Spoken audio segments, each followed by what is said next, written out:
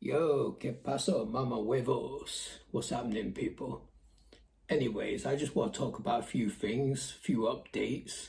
You may or may not know that I had surgery and basically lost an organ. Not too much of a serious one, but still an organ all the same. So stick with me. I'm going to run you through everything that happened. It wasn't quite as simple and cut and paste as it should have been. A few little complications, which I'll talk about. But anyway, stay with me and we'll talk about it. So tonight it's boiling, like it's probably about 30 degrees. As you can see, I got the window open, I got the blinds open. I can't really complain too much because I thrive in this kind of weather. But you know, the difference between here and like say, other hot countries is that here we don't have air conditioning, we don't even have fans. So when it's hot, we just basically sit in it and stew. As opposed to if I was in like say the UAE or like in Spain even, you could at least run a fan and run the air conditioning. Here I just have to basically endure it. So anyways, let me talk about what happened recently. So I had surgery to remove my gallbladder because it basically ended up full of stones, and if it had not been removed it would have just gotten more just full of stones, and those stones could have traveled to my pancreas, which could have been really, really serious. And during this time of having the symptoms of gallstones, I lost a lot of weight due to the fact that I couldn't eat so many things. I had to change my diet completely, but it was actually more of a blessing than a curse. And due to this, that's why the old me that you see before had a much fuller face, while the me now, I think I look all right, I've kind of lost quite a lot of weight, and I like that. That's a good thing. But now gallbladder's gone, I can eat practically normally again. I don't know if that's a blessing or a curse, we'll have to see. But anyway, I'm going to talk you guys through how it happened, what happened, the complications, and yeah. So how it started was early 2023. I'd been fasting. It was Ramadan that time last year, and I broke my fast, had something pretty heavy. It was like rice and chicken, but quite oily, very spicy. I ate a lot in a very short time. I was just hungry, like when you're fasting all day. And I just wolfed it down, loads of it. And then I went to bed. So yeah, around sort of 1 a.m, I woke up with this horrendous pain, the worst pain I'd ever had in my life. It just felt like my whole right side, my stomach, around my back, it felt like it just wanted to explode. Like quite literally, like it was horrible. I couldn't sit down, I couldn't stand up, I couldn't lay down, I couldn't get comfy. I was just in agony. I rang 999 because I thought I was going to die, and they basically said just deal with it. They didn't want to know. So I basically sat on my bedroom floor for about 4 hours just rocking and just hoping this pain would go away. And it did. I mean, after about 4 or 5 hours, I don't know what I did. I must have stretched or done something, and I just felt the pain just go off like instantly, like a light, just gone. So I'm like, whoa, that's crazy. And went to sleep after that. But next couple of days I felt like crap. Like I was going to the toilet, my pee was dark orange, my eyes were like yellow. Turned out I had jaundice because there must have been a stone that had gotten stuck, and all the bile had backed up into my gallbladder and my liver, so it was serious. And yeah, went to the doctor, had a whole bunch of tests done, and they confirmed it all. And then I had an ultrasound, and that confirmed that I had gallstones. So that was, beginning of last year. And since that time, from being diagnosed, I only ever had one more bad, what they call attacks. They call them attacks when the pain's really serious. And that did land me in A&E, like an ambulance did come and get me. And when they scooped me up off the floor, I was totally white as a ghost. I was pale as hell. And yeah, since then, I totally changed my entire lifestyle, my total eating, everything. And that was the blessing that came out of all this was, before that I was quite overweight, living sedentary lifestyle. I wasn't exercising very much. I was eating just whatever. And I had to change my lifestyle, more exercise, healthy food. I switched to using olive oil for literally all my cooking, and it helped a lot. But the problem is I still had a very restricted life. Like me as a traveler, sometimes I'm on the road or I want to go try new things in the country I'm at. I couldn't because, I had this fear that anything I'd eat would just trigger the pain back. And believe me, you don't want to get this when you're in a country that's not your own, especially when maybe your health insurance won't cover you, that could be really bad. So fast forward to beginning of this year, I went back to the specialist because they basically left me waiting for almost a year with nothing. They just kept pushing me back, pushing me back, pushing me back. And my quality of life was getting affected, because even though I wasn't getting attacks, I was still getting pain. Whenever I got the pain, I had to go lay down. I couldn't stay standing up with the pain. It was just like a gnawing ache that I just had to go lay down, usually on my left side, because then the pain would kind of fade away. But it was affecting my quality of life. So I went back to the specialist beginning of this year and I said, look, do something about it. If you can't give me surgery, which I was petrified of anyway, I didn't even want the surgery. I was scared of that. I said, just give me drugs or give me something. And he says that the only way to get rid of this was to just remove the whole thing. So I says, okay, please do it. I'm ready for that. And true to his word, this was in, I think, March or April. I got an appointment through pretty quick. So credit to the specialist at the hospital. He kept to his word and he did act quickly. So I give him that. So then fast forward to just the beginning of this month, June, I had to do a 2-week diet before having the surgery. Like I had the surgery on the 14th and I had to do this 2-week diet starting basically beginning of June. And it was horrible. I was on a diet of quite literally less than 1,000 calories a day. It was for starvation. It was to make my liver soft enough that they'd be able to move things around in there when they were trying to get to the gallbladder, to prevent like bleeding or, like damage to organs and stuff.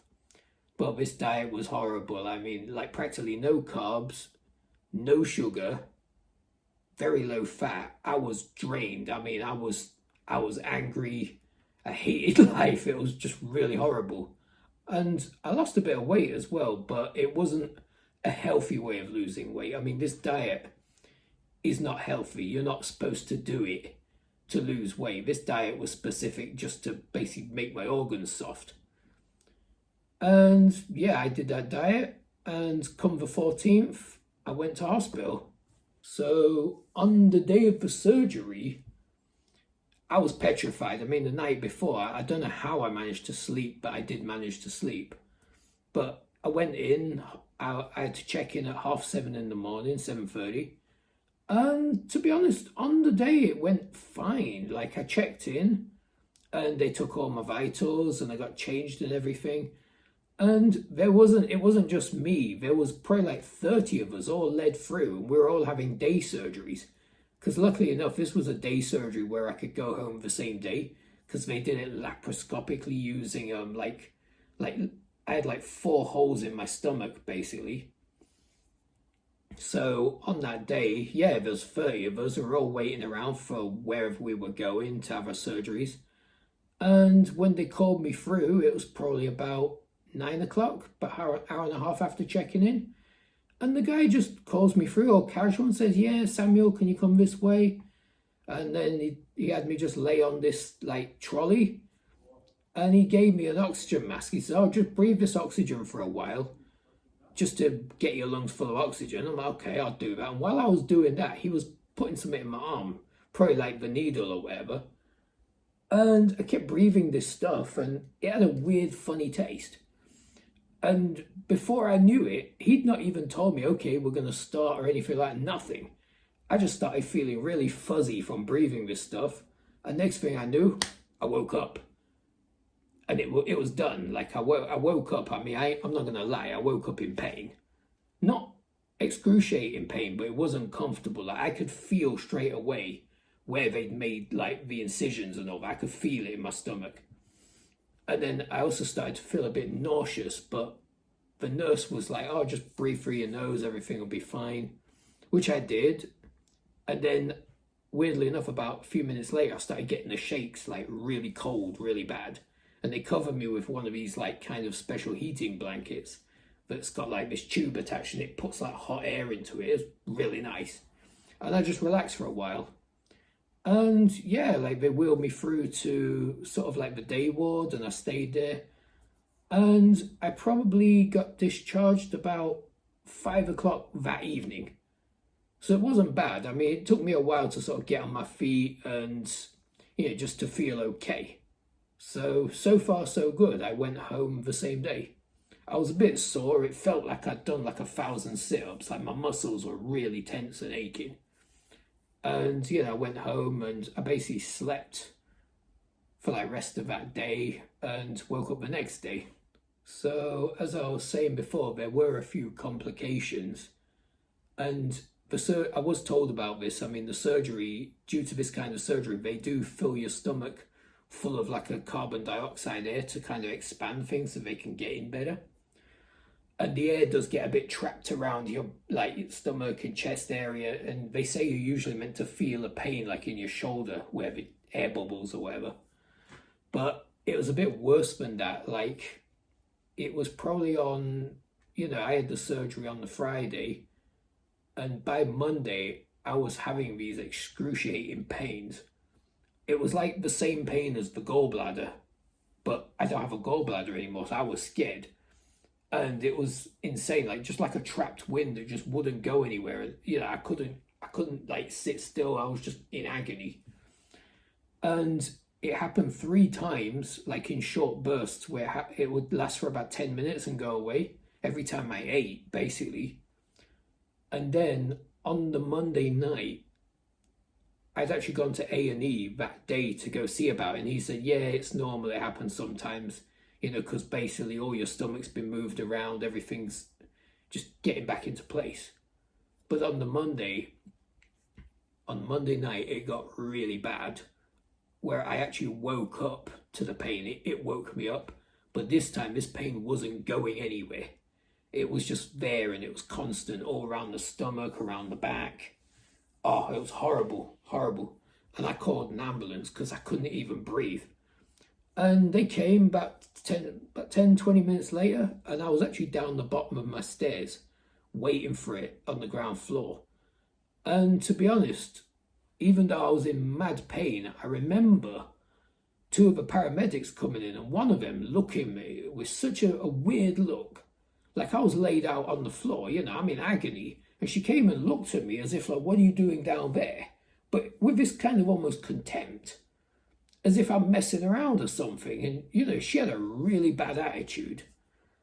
And I'm just looking at her like, I'm in agony right now. I can't even move. I'm in pain.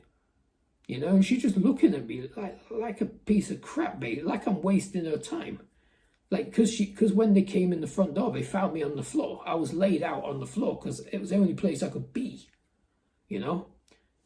The other paramedic, she was better, you know. She was much nicer. And then, I mean, the good thing to come out of this, I got to try morphine for the first time.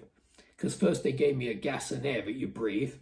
And that made me really numb and fuzzy. And then they put a cannula, like a needle in my vein. And they gave me a big shot of morphine.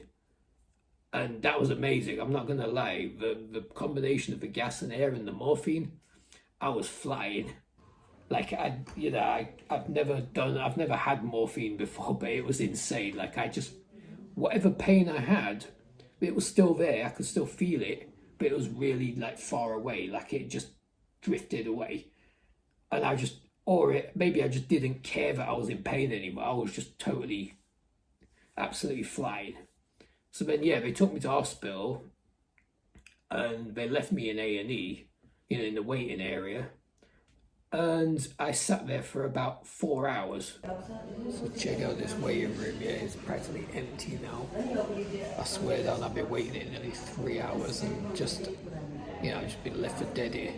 Yeah, had the blood test and had no result back. They practically botched my operation here. And there's people that came way after me that been seen before me, and I don't know what to do. There's no one to advocate, there's no nothing. I give up. Like, I mean, that was ridiculous. Like, imagine, I just had surgery 3 days prior from that same hospital, and now I'm in accident emergency, having to wait to be seen again. The only good thing about it was that because I was so high on these drugs, those 4 hours just drifted by. I didn't even care. In the end, though, the only reason I started actually kicking off a fuss and saying, "Look, I need to be seen," was because the drugs were actually wearing off and I was starting to feel the pain again. But yeah, like after 4 hours, they finally took me back and I got to see a doctor, and they couldn't figure out what was exactly wrong. And to be honest, I mean, the surgeon from where I'd gotten the surgery, he came through and he saw me and they did a load of tests. I mean, I even had an MRI, an X-ray and all the rest of it. And they looked at all that and they couldn't see why I had this pain. And yeah, like it was weird. I was probably in hospital from the Monday morning. Well, no, it would have been like early hours of Tuesday morning all the way through till evening. I was in hospital for a good 12, 13 hours, and eventually, I don't know what I did. I think I moved or I must have done something, but the pain went. Like it just off like a light. And I'm like, wow, the pain's gone. And they were even surprised and they said, okay, you can go home. And yeah, so I went home and thank God after that, I've had no more pain. I've had a few aches here and there, but that's just due to healing. But I've started to eat normally again. I've started sleeping even on my right side, which I haven't been able to do for over a year because of the gallbladder. And I've started, just doing things like walking, exercising, and getting back to normal again. And if you can see, my wounds have even nearly healed up now. Like 2 of them have. Like the one there, that's gotten healed up more. And the one at the navel, that's almost healed. I've got these 2 here that are nearly done, but they just need a bit longer.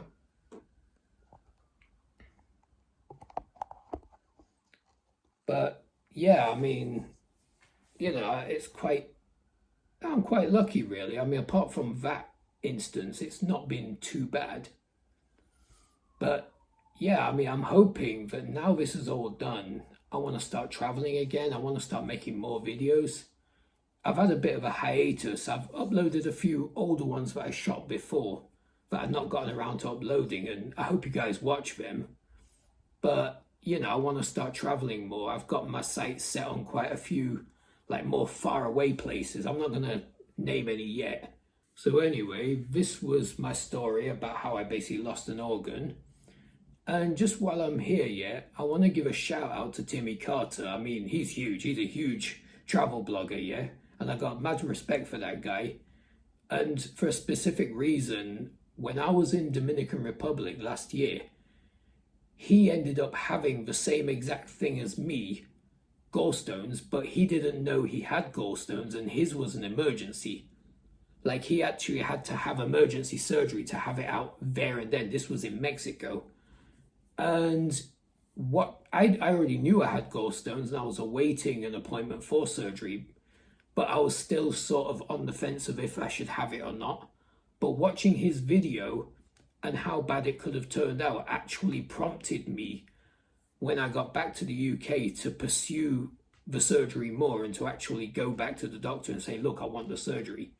That guy, by making that video, I hope he reached a lot more other people, because if anyone's on the fence of whether they should get the surgery or not, if they're suffering from gallstones, I would just say do it. Do the surgery, because you're going to save yourself a lot of pain in the long run. It may be painful in the beginning, with the surgery and the recovery, but I think it's worth it. I would say do it, because if not, even if you don't get so many physical symptoms, you've always got the anxiety of knowing that it's in there and something could happen, But like I said, I just want to give a big shout out to that guy because, you know, that video may have saved quite a few lives, you know. But anyway, I'm going to sign off for here. So stay with me, follow me, and please subscribe. And hopefully you'll see me in somewhere else and I can show you guys what's on the ground there, obviously from my own perspective and take. And anyway, peace out.